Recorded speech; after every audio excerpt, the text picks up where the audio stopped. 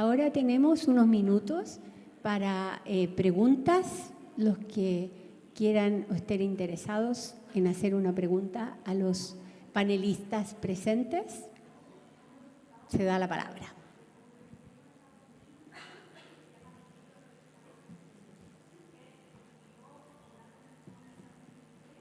Por el momento, yo quisiera hacerte una pregunta, bueno, a los dos, en este concepto de que tienden a fracasar rápidamente los tratamientos en los adolescentes con diabetes tipo 2, ¿qué porcentaje de pacientes terminan necesitando apoyo con insulina para el manejo de su terapia y el problema de la obesidad y la insulina?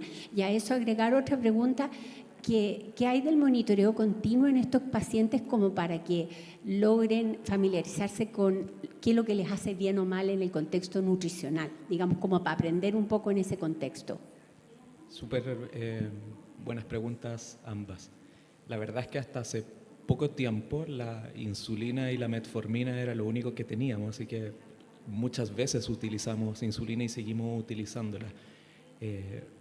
Diabetes tipo 2 sola, no sé si vemos tanto, siempre tienen un componente de algo extra, entonces no es raro ver que debutan con una acidosis y después se comportan como si tuvieran diabetes tipo 2.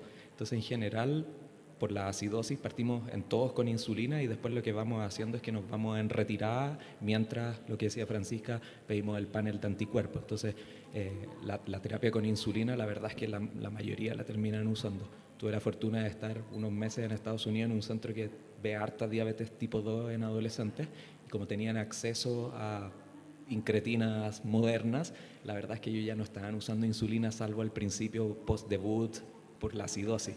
Pero lo primero que hacían era cortar la insulina por este efecto anabólico que perpetúa el círculo vicioso. Y el monitoreo continuo, cuando tienen insulina, sí, bastante. En términos nutricionales, yo creo que ahí le paso la pelota a Guillermo, porque mi opinión personal de alguien que tiene diabetes tipo 2 adolescente en Chile es de un fracaso del sistema de salud y social completo. Entonces, en general, la diabetes tipo 2, que para nosotros es lo más importante, para ellos resulta ser lo menos importante. Entonces, vienen con una salud mental deteriorada, vienen con problemas osteoarticulares, vienen con problemas dermatológicos importantes, micosis, heridas. Entonces, la verdad es que la glicemia es lo último que le importa. Entonces, tratar de utilizar el monitoreo como una herramienta para la comida, yo creo que es difícil. Primero hay que sanar las otras heridas. Muchas gracias. ¿Alguna pregunta? Adelante. Hola.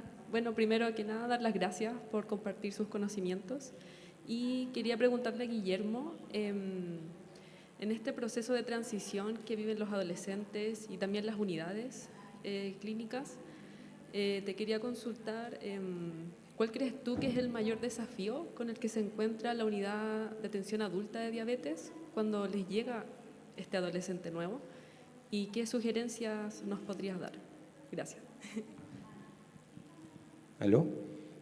Bueno, voy a aprovechar tu pregunta para compartir una sensación que tengo siempre que doy esta presentación, que no sé si sea adecuada en un módulo de diabetes infantil o debería estar en un módulo con diabetólogos adultos y profesionales que trabajan con adultos, ¿ya? Y yo creo que es la misma sensación que tienen los adolescentes en su vida, que no saben si pertenecen al mundo infantil o pertenecen al mundo adulto, ¿no? Y ahí está el primer gran desafío para los profesionales, que es desenmarcarse un poco tanto los pediatras de que están atendiendo a un niño, ¿no?, como de los adultos que están atendiendo a un adulto, ¿ya? Creo que uno de los mayores desafíos, tomando también tu pregunta, es curioso porque cuando uno revisa los estudios internacionales, la mayor parte de estos programas surgen por una inquietud desde pediatría, ¿no?, desde diabetes infantil, de qué va a pasar con estos adolescentes cuando sean transferidos a las unidades de diabetes adulto. Sin embargo, nuestro modelo es al contrario. Nuestro modelo surgió desde una inquietud desde diabetes adulto, qué hacer con estos adolescentes que recibimos y que realmente vienen de repente con una situación compleja desde el punto de vista psicosocial, ¿no? Por su propio momento de desarrollo que están viviendo, por su ciclo vital, ¿no? Entonces yo creo que tal vez para nosotros el desafío principal y primordial que tuvimos que enfrentar, que en eso ahí yo tuve una participación bien importante porque así me lo solicitaron, era visibilizar este mundo adolescente a los profesionales que trabajan en adulto, ¿no? Tratar de meternos en este mundo adolescente desde el punto de vista psíquico, ¿no? ¿Qué es lo que está pasando con ellos en ese momento en su vida y por qué a veces es tan difícil que puedan adherir a los tratamientos médicos, ¿no? Yo creo que ese es el desafío más importante, tratar de entender y meterse en este mundo adolescente. Y creo que el segundo desafío para que estos programas funcionen, extendiendo un poco la pregunta tuya, es una comunicación importantísima entre las unidades de diabetes infantil y las unidades de diabetes adulto. Y la presencia de un coordinador, o sea, de un profesional que realmente se comprometa a hacer ese puente entre ambas unidades, porque de otro modo es muy difícil. Eso. Muchas gracias. Yo quiero agregar un comentario y una pregunta a eso. Guillermo, en mi experiencia, que es de adulto, de ver adultos y tener pacientes en transición, en realidad el principal problema con que nos hemos enfrentado, supongo que muchos nosotros, son con los padres, que no sueltan. Y uno quiere que el joven empiece a hacerse autosuficiente en su manejo y tenemos encima una mamá o un papá que no suelta nada y es un trabajo muy difícil de hacer. Entonces un poco la pregunta iba, ¿qué trabajo hacen? Porque una cosa es hacer el trabajo con el adolescente y otra es hacer con los padres adolescentes para que suelten. Yo entiendo siempre a los padres la preocupación que les significa esto, pero ¿cómo hacer el trabajo con los padres también y no solo con el adolescente? Sí. Sí, yo tenía una formadora en psicoanálisis, ¿no? Que ella decía que ella en realidad era psicoanalista de adultos porque no toleraba a los padres, ¿no? O sea, nunca iba a ser psicoanalista ni de niños ni de adolescentes porque cuando uno atiende a un adolescente casi atiende a toda la familia, ¿no? Entonces eso es complejo. Ahora en el caso nuestro hemos intentado paliar un poco eso a través de lo que yo expuse ahí en la presentación, ¿no? Que le dé una importancia porque realmente la tiene, creo que la tiene, que es el psicodiagnóstico, ¿no? Es la posibilidad de hacer una buena evaluación psicológica a los adolescentes y a sus familias en esta fase de transferencia, ¿no? Que son como estos 3 meses que están en espera entre que salieron de diabetes infantil y tienen que ingresar a diabetes adulto. Esos 3 meses de espera en nuestra unidad son básicamente para hacer una buena evaluación psicológica de los casos. Y eso permite tener un perfil, mandar un reporte al equipo de diabetes adultos con algunas sugerencias básicas en torno a eso. Porque a veces puede ser prudente que uno intente que el adolescente sea más autónomo, pero en algunos casos puede ser hasta iatrogénico eso, ¿no? Por el tipo de vínculo que muchas veces está generado entre estos adolescentes y sus padres. Porque ahí, bueno, pasamos a otra temática, ¿no? ¿Qué pasa con estos padres que han tenido que lidiar con un hijo o una hija desde muy temprana edad con una condición médica crónica? También ahí a esos padres algo les pasa. Por eso que a veces también es más difícil después hacer este desapego, ¿no? Muchas gracias. ¿Puedo contar algo de eso mismo? Y haciendo un mea culpa desde el lado de la pediatría, que muchas veces no nos damos el tiempo, pero deberíamos hacerlo, que es este proceso paulatino de planificarlo con el tiempo.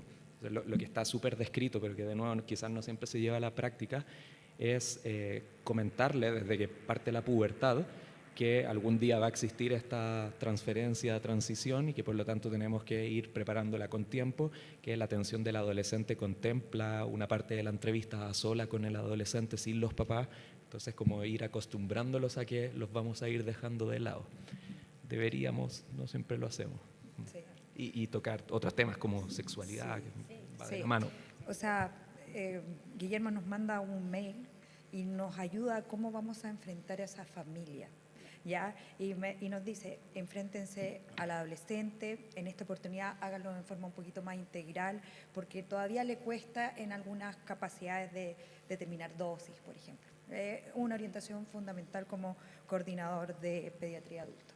Bruno. Sí. Oye, qué bueno que dijiste eso, Margarita, porque quería hacer más como una reflexión y una invitación, que encuentro que esto es un súper tema en los que atendemos personas con diabetes tipo 1, pero creo que tenemos que quitarle un poco el cuco y que se lo transferimos a los pacientes muchas veces. Nosotros, me parece súper bien lo que acaba de decir la Margarita, que Guillermo por detrás te diga a ti cómo viene esto. Yo muchas veces me entero que el adolescente está asustado de la enfermera de diabetes porque escuchó por ahí que la enfermera de diabetes de adulto era muy estricta o cosas así, que son comentarios que se salen, que a veces lo pasamos al vuelo porque creo que le tenemos una atención demasiado grande a esto de la transición, que creo que hay que hacerlo, en el fondo tenemos que hacernos cargo de esto, pero creo que tenemos que bajarle un poco como un cambio al miedo que quizás, o quizás como hacen ustedes, transferirlo por detrás. Creo que a veces nos pasa que lo transferimos vía el paciente o vía la familia y creo que no les corresponde a ellos llevarse esa carga, que yo opine algo de mi colega o que no me gusta cómo atienden a los adultos o cosas así. Creo que es importante como trabajar en conjunto para que esto sea menos traumático para el adolescente y siga siendo como algo más armónico. Gracias. Yo tenía otra pregunta antes de que termine el tiempo para los diabetólogos infantiles. Nosotros tenemos una población que hoy en día nos genera también un poquito de conflicto, que son los diabéticos tipo 1 asociados a obesidad. Ya le agregamos GLP-1, también restringimos un poquitito la alimentación en algunas cosas, en adultos. No sé cómo enfrentan ustedes al diabético tipo 1 obeso o con reciente diagnóstico de obesidad y diabetes 1. ¿Aló? Bueno, yo creo que Franco se refirió un poco a eso y tenemos un problema porque la verdad es que en pediatría no hay aprobado en general nada. Entonces, y tenemos este riesgo por justamente las omisiones de dosis en etapa de adolescente que terminan generando más riesgo de cetoacidosis.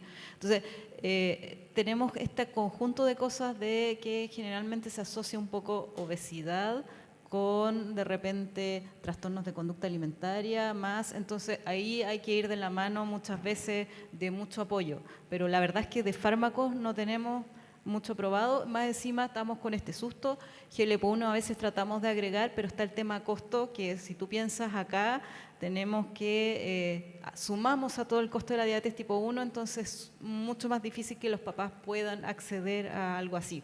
Entonces es un desafío, y un desafío que está en aumento, y la verdad es que eso lo hemos visto, lo hemos tratado de abordar, entonces tenemos esto, como limitaciones terapéuticas importantes por cosas no aprobadas y que efectivamente uno dice, bueno, si me meto en este tema, después si tengo una complicación y más encima no estamos aprobados, entonces uno se va con mucho doble cautela en etapa infantil porque al final es off-label y que generalmente hay condiciones asociadas. Entonces ahí hay que recurrir, como yo te diría que lo que más tratamos es recurrir un poco al equipo de apoyo. Nosotros tratamos de trabajar un poco con el equipo de trastorno de conducta alimentaria, de la mano nutricionista, enfermera, psicólogo, como para ver bien el abordaje caso a caso, porque la verdad es que uno se da cuenta que hay muchas condiciones asociadas, pero lamentablemente desde el punto de vista así como farmacológico y receta, estamos un poco más atrás todavía.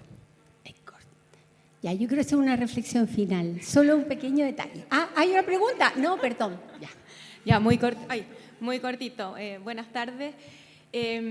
Para Guillermo también, desde tu experiencia clínica, un poco saber cuál es el común denominador desde las preocupaciones de los adolescentes mismos en este proceso de transición, si es que hay algunas que se repitan.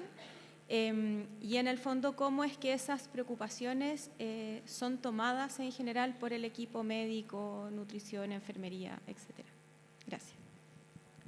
Bueno, primero mencionar que en realidad el adolescente con diabetes tipo 1 no es tan distinto a un adolescente común en cuanto a la etapa del ciclo vital que está viviendo. Lo que pasa es que a él se le agrega este estresor, ¿no?, de tener que de alguna forma lidiar con una condición médica.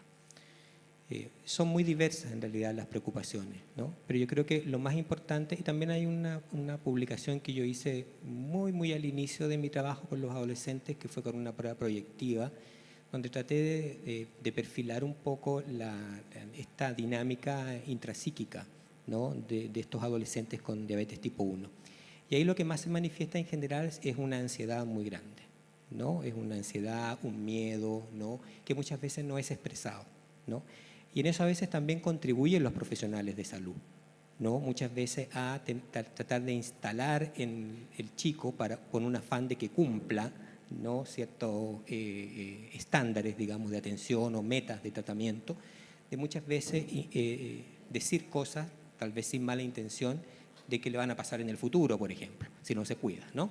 Entonces, en general hay mucha ansiedad, ¿no? Muchos miedos, ¿no? Y sobre todo, a veces lo que más uno necesita tratar es como esta relación a veces que no es tan fluida con los pares, ¿no? Porque el tema de la autodiscriminación y la autoestigmatización también está muy presente en los adolescentes y a veces eso está invisibilizado, ¿no? Hay que tener una mirada bien abierta a eso. En el caso mío yo lo hago, de cuando entrevisto al adolescente en privado, de tratar de pesquisar si efectivamente hay ahí todavía, no está resuelto ese aspecto de tener asumida esta condición y poder hablar libremente de ella, por ejemplo. Ok, muchas gracias. La reflexión final era que los que hemos tenido la oportunidad de recibir adolescentes, muy complejo y que al principio se hace muy difícil el manejo y que posteriormente maduran y quedan embarazadas y tienen hijos y es tan increíble, es una satisfacción y un cariño que realmente es increíble verlos transicionar de una etapa de tremendo conflicto consigo mismo y con la diabetes en un desastre y de repente pasan a ser personas maduras, bien. Y realmente es una satisfacción personal y un cariño que uno siente, así que no es tan tremendo recibir adolescentes. Y nos vamos al break y a las 16:45 hay